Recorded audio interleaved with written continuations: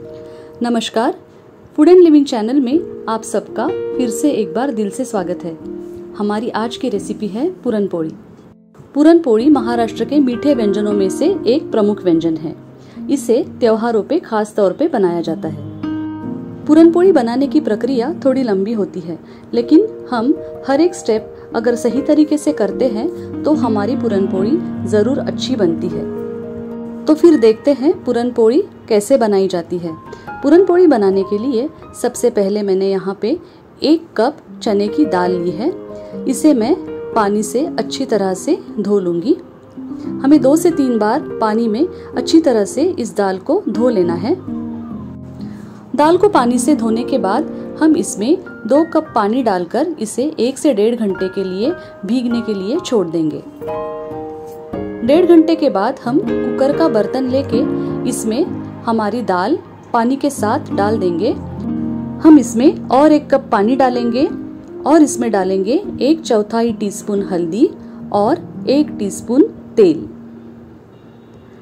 अब हम इस बर्तन को प्रेशर कुकर में रखेंगे और इसे मध्यम आंच पे 5 से 6 सीटी होने तक पकाएंगे। जब तक हमारी दाल पक रही है, हम पूरन पोड़ी बनाने के लिए डो लगा लेंगे। इसके लिए मैंने यहाँ लिया है 2 कप गेहूं का आटा, आधा कप मैदा। इसमें हम डालेंगे 1/4 टीस्पून नमक और थोड़ा थोड़ा पानी डालकर हम इससे आटा गूंथना शुरू करेंगे। हमें याद रखना है, पूरन पोड़ी का आटा हमेशा मुलायम होना चाहिए। अगर आटा सख्त है तो हमारी पूरन पोड़ी अच्छी नहीं बनेगी। थोड़ा थोड़ा करके पानी डाल के हमें एक मुलायम डो बना लेना है। पूरन पोड़ी बनाने के लिए हमने यहाँ गेहूं के आटे का इस्तेमाल किया है। कई लोग सिर्फ मैदे से भी पूरन पोड़ी बनाते हैं।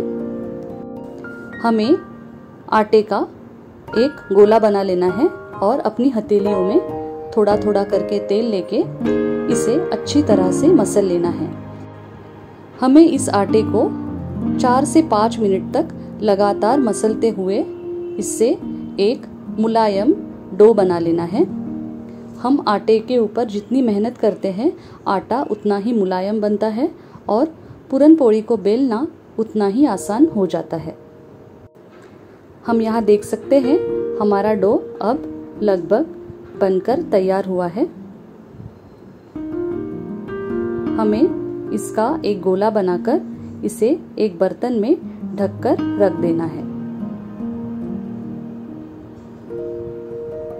बर्तन में रखने के बाद हम इसके ऊपर थोड़ा सा तेल लगा देंगे ताकि हमारा जो डो है वो सूखे ना। डो को सेट होने के लिए छोड़कर हम चलते हैं हमारी दाल की तरफ। हमारे कुकर से पूरा प्रेशर रिलीज हो चुका है। अब हम इसे खोलेंगे। दाल को प्रेशर कुकर से बाहर निकालेंगे और हम उसे चेक करेंगे।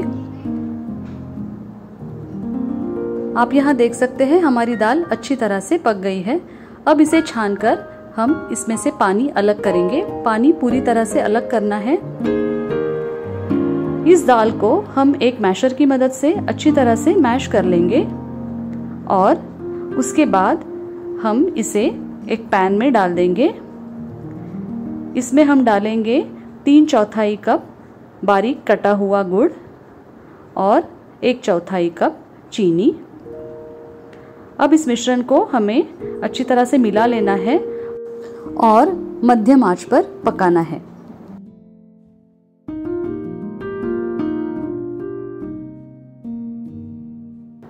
जैसे ही गुड़ पिघलता है, मिश्रण थोड़ा लिक्विड हो जाता है। इसे लगातार चलाते रहना है और गैस की आंच बिल्कुल बढ़ानी नहीं है।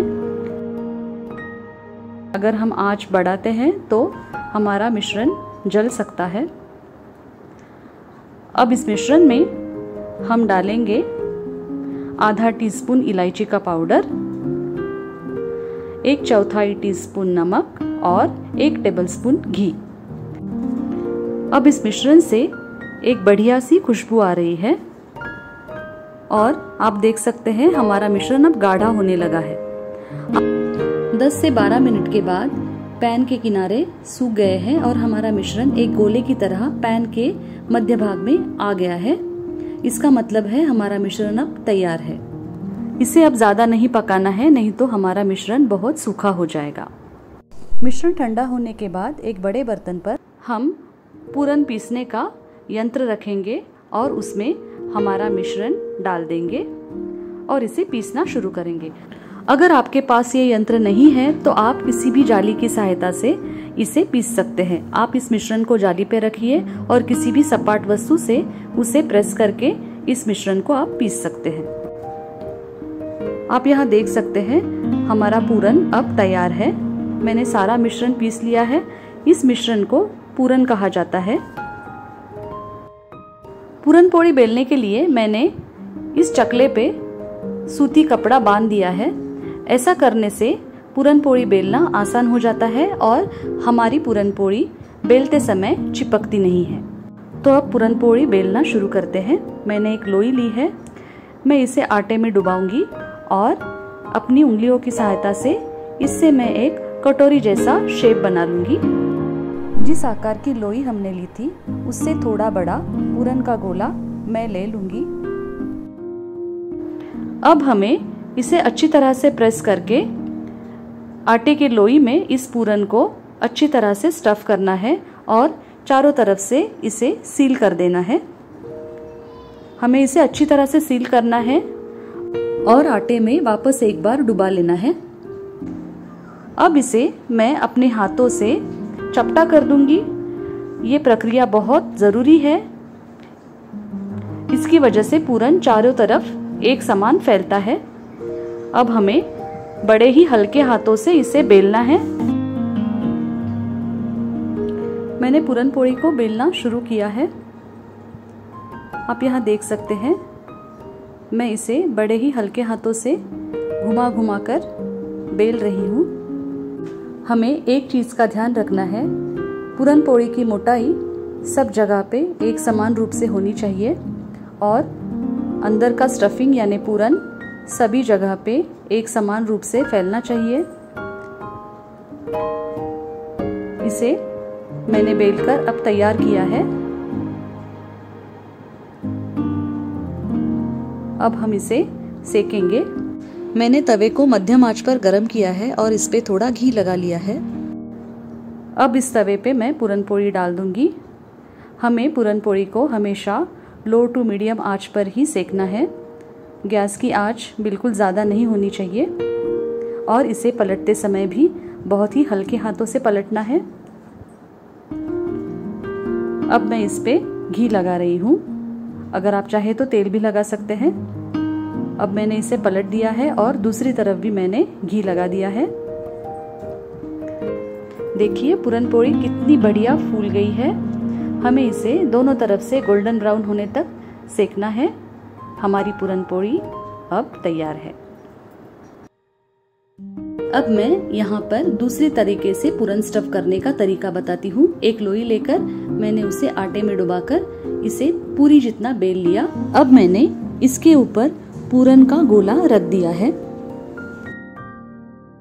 अब इस पूरी के चारों तरफ से हम किनारे एक साथ मिला लेंगे और पूरन को ढक देंगे। आप यहाँ देख सकते हैं हमने आटे में पूरन स्टफ कर दिया। अब इसे वापस चपटा करना है और जैसे हमने पहली पूरन पोड़ी बेली थी उसी प्रकार हल्के हाथों से हमें इसे बेल लेना है। एक चीज का ध्यान रखें, जब हम रोटी बेलते हैं तब हम उसे बीच बीच में उठाते हैं या उलट पलट करते हैं, लेकिन पूरन पोड़ी बेलते समय उसे कभी भी उठाना नहीं है। पूरन पोड़ी को बिना उठाते हुए ही हमें इसे चारों तरफ से एक समान आकार में बेल लेना है। मैंने तवे पे घी लगा लिया है और इस पूरन पोड़ी को भी हम उसी प्रकार सेकेंगे। पूरन पोड़ी को पलटते समय बहुत ही सावधानी से और हल्के हाथों से पलटना है।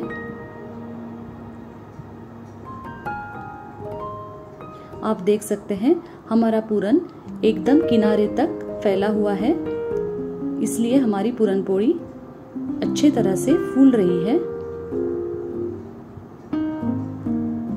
आप देख सकते हैं पूरन पोड़ी को बहुत ही बढ़िया रंग भी आया है। हमें इसे दोनों तरफ से गोल्डन ब्राउन होने तक अच्छी तरह से सेकना है और हमारी पूरन पोड़ी तैयार है। मैं एक पूरन पोड़ी की ऊपर की परत निकालकर आपको दिखाती हूँ। आप यहाँ देख सकते हैं हमारी पूरन पोड़ी एकदम अच्छी तरह से फूल गई है और इसकी ऊपर की परत हम निकाल रहे हैं। आप देख सकते हैं जो स्टफिंग है वो पूरन पोड़ी में सभी जगह पे कितनी अच्छी तरह से समान रूप से फैला है और इसका मतलब ये है कि हमारी पूरन पोड़ी परफेक्ट बनी है। तो हमारी पूरन पोड़ी अब सर्व करने के लिए तैयार है। पूरन पोड़ी इतनी स्वादिष्ट होती है कि हम उसे किसी साइड डिश के बिना ही खा सकते हैं।